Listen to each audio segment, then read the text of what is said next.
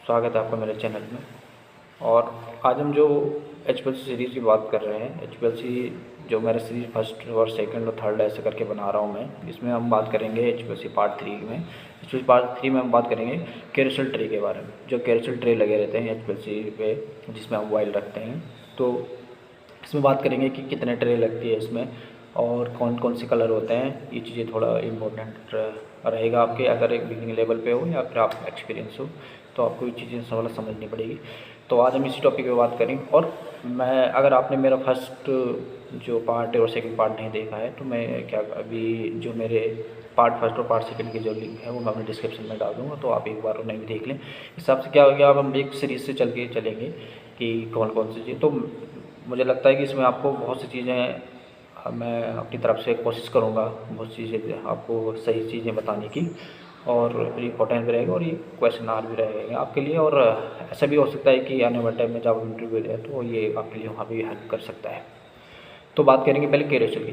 Carousel होता क्या है, देखो कैरोसेल क्या होता है कि एक प्लेट है हमारी। इसमें क्या है कि जो 5 ट्रे होती है, ये 5 ट्रे इसके साथ अटैच होती है। देखो अटैच होती है, इसमें क्या है ABCDE 5 ट्रे होती है ABCDE। इसमें क्या है ABCDE ब्लू कलर ऐसे करके जो कलर है, अभी मैं कलर के आगे आपको चार्ट बताऊंगा कौन से किसमें कौन से लाइट कौन से जो ट्रे है उसका कौन सा कलर है। तो ये कंटिन्यू हमारे साथ मेरे साथ बने रहें और आगे आप देखेंगे अभी की बहुत सी चीज़ें हैं जो आपको नॉलेजेबल रहेगी। और इसमें देखो सबसे पहले ये चीज़ें हैं, यहाँ पे जो ट्रे रहती है, अभी मैंने ट्रे साइड कर रखी है, तो ये ट्रे है। ट्रे के बाद जो कैरोसेल है इसको वॉश करना ज़रूरत होगी या फिर क्लीनिंग कर सकते हो आप इसे। क्लीन करना बहुत ज़रूरी है इसमें, क्योंकि अगर आप क्लीनिंग नहीं करोगे इसे तो ये दिक्कतें कर सकता है, कई बार इंटरप्ट हो सकती है सीक्वेंस, क्योंकि घूमेगा नहीं तो फिर वो इंटरप्ट हो जाए। यहाँ पे जो आपका ABCDE है, इसमें क्या है कि आप जैसे इसको प्रेस करते रहोगे तो आपका जो कैरोसेल है वो ABCD जो आपको कैरोसेल जिसमें में आपको वाइल रखनी है वो आपका राउंड होता रहेगा, ये राउंड होता रहता है ट्रे। अब ये बात करते हैं वाइल पोजीशन की। अब यहाँ पे वाइल पोजीशन इस टाइप से वाइल रखी जाती है। देखो ये वाइल है जो कि 2 ml की तक की वाइल होती है। अब ऐसे स्टैंडर्ड वाटर्स ने 2 ml की दी है इसे, तो इसमें ऐसे वाइल रखी जाती है यहाँ पे। इसमें से अगर आप ABCD को ऐसे करके आप प्रेस करोगे तो ये राउंड होता रहता है। ये पूरी वाइल ट्रे ऐसे बाहर निकालोगे आप तो ये जैसे दिखेगा ये, तो यहाँ पे वाइल रहती है, इसलिए मैंने इसे वाइल पोजीशन दिया है। ऐसे करके से चेंज करते रहोगे।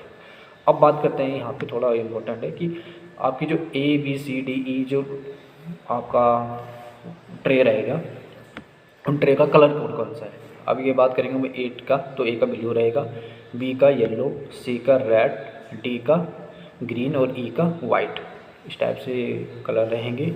और इसमें बात आती है कि एक जो ट्रे है उसमें कितनी वाइल रहती है या टोटल वाइल कितनी होती है। वैसे मैं आपको बता दूं कि वाटर्स की जो वो ट्रे वाइल है वो जो पाँचों मिला के अगर देखा जाए तो कंबाइंड करें अगर 5 ट्रे को तो 120 वाइल रहती है। तो जिसमें से ए वाली जो ट्रे है उसमें रहेगा आपका 1 से 24 तक, बी वाले जो रहेगा 25 से 48 तक, सी वाले में 49 टू 72 तक, और डी वाले में रहती है आपकी 73 टू 96, और जो लास्ट वाला रहेगा वो रहेगा आपका 97 टू 120। यह भी एक क्वेश्चन आएगा आपके पास, ये कोई पूछ सकता है कि कितनी वाइल है, तो आप भी बता सकते हो कि ए से लेके ए में कितने रहते हैं और ई में कितने रहते हैं। तो ए में रहेंगे आपके 1 से 24, और जो लास्ट रहता है उसमें रहता है 97 टू 120। मतलब आपको ये बताना है कि जो हमारी वाटर के HPLC है उसमें 120 वाइल तक आती है। ठीक है, 120 वाइल आपको मतलब 120 वाइल आपको इंजेक्ट, मतलब वाइल पोजीशन रख सकते हो। इंजेक्ट तो आप ज़्यादा कर सकते हो बट ठीक है। बात करेंगे अब यहाँ पे थोड़ा, मैंने एक चीज़ ट्रबल ली है इसी के लिए। मैं सोचा जब साथ साथ में से बनाता जाऊँ तो फिर एक ट्रबल भी देता रहूँ बीच बीच में, ट्रबल शूटिंग भी जैसे। अब कई बार क्या होता है मिसिंग वाइल होती है। देखो मिसिंग वाइल 2 टाइप से हो सकती है, एक तो आपने वाइल रखी नहीं है, और दूसरे क्या होता है कि आपने वाइल रखी तो है ठीक है, बट क्या है सेंसर काम नहीं कर रहा है। तो कई बार अगर सेंसर भी काम नहीं करेगा तो वैसे सेंसर बहुत कम चांसेस की ऐसी प्रॉब्लम आती है, बट अधिकतर वाइल मिसिंग का यही रीज़न रहता है कि वाइल ना रखें। ठीक है, तो अब एक चीज़ अलग है, ये प्रॉब्लम में कम आती है। इसमें क्या होता है कि एक ही रिप्लिकेट इंजेक्शन है, जैसे 5 स्टैंड लगाने तो फर्स्ट वाले में वाइल रहे, वाइल का एरिया आ जाएगा, और सेकंड वाले में वाइल मिसिंग दिखाएगा। ये प्रॉब्लम में आती है। ठीक है, तो बहुत कम आती है, ऐसे भी नहीं है कि ये बहुत कम आती है। बट इसको समझना है थोड़ा है कि ये क्यों आती है प्रॉब्लम।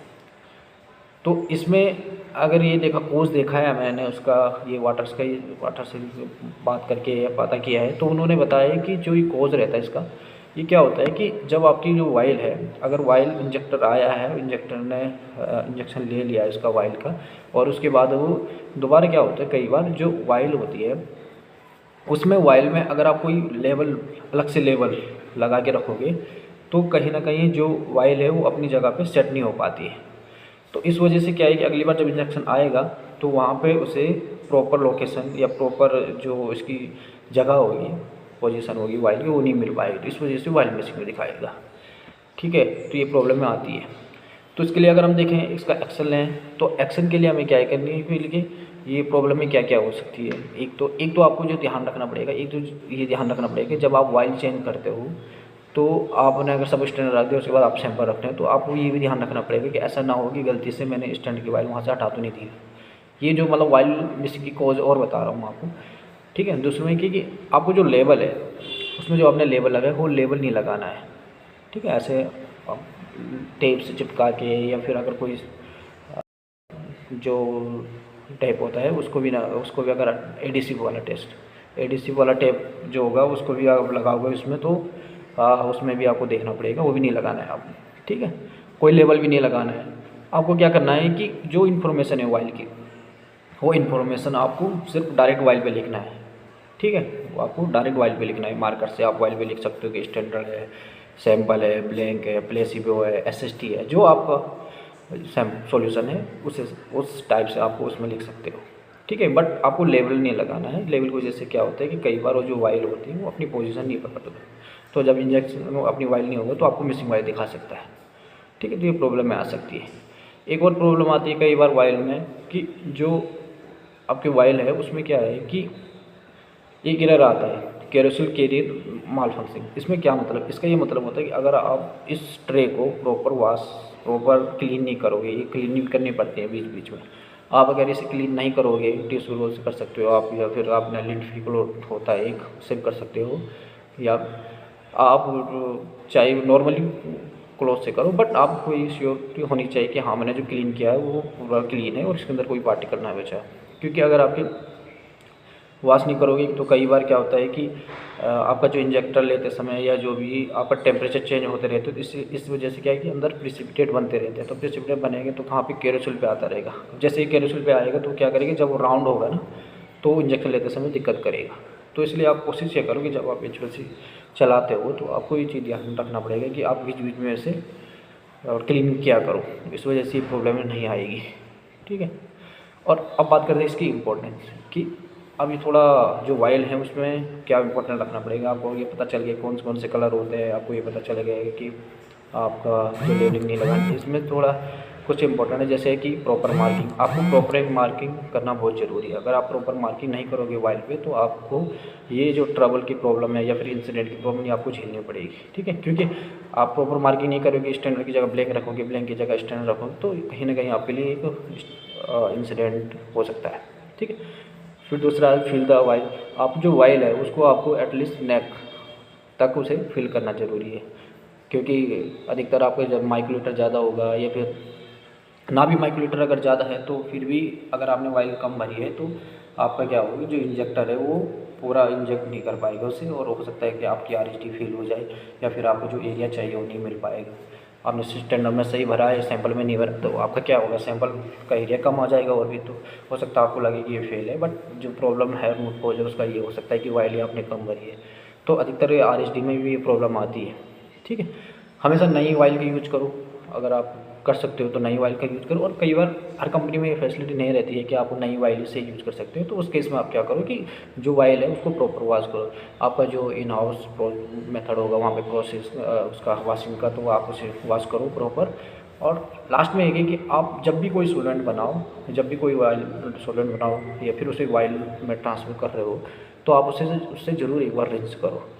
ये रिंस करना बहुत ज़रूरी है। अगर आप एक बार रिंस करोगे तो अगर सपोज 1% भी अगर उसमें कुछ पुराने ट्रेसेबल बचे हुए तो उससे क्या होगा, रिमूव हो जाएंगे। तो आप जब भी चेंज करो तो आप ज़रूर उसे रिंस या जो डाइल्यूएंट है आपका, वाइल्ड फेज है, डाइल्यूएंट है, जो भी है आपका, हो सकता है कई बार आप नॉर्मल वाटर भी हो, तो उससे आप जरूर उसे वॉश करें। ठीक है दोस्तों, और ऐसे आगे वीडियो आती रहेगी, तो आप कंटिन्यू जो सीरीज चल रहा है पार्ट 1, पार्ट 2, पार्ट 3 इसको देखते रहो, और आगे मैं जो इसका पार्ट 4 रहेगा उसमें भी इसी वैसे से बनाता रहूँगा। ओके दोस्तों, थैंक यू।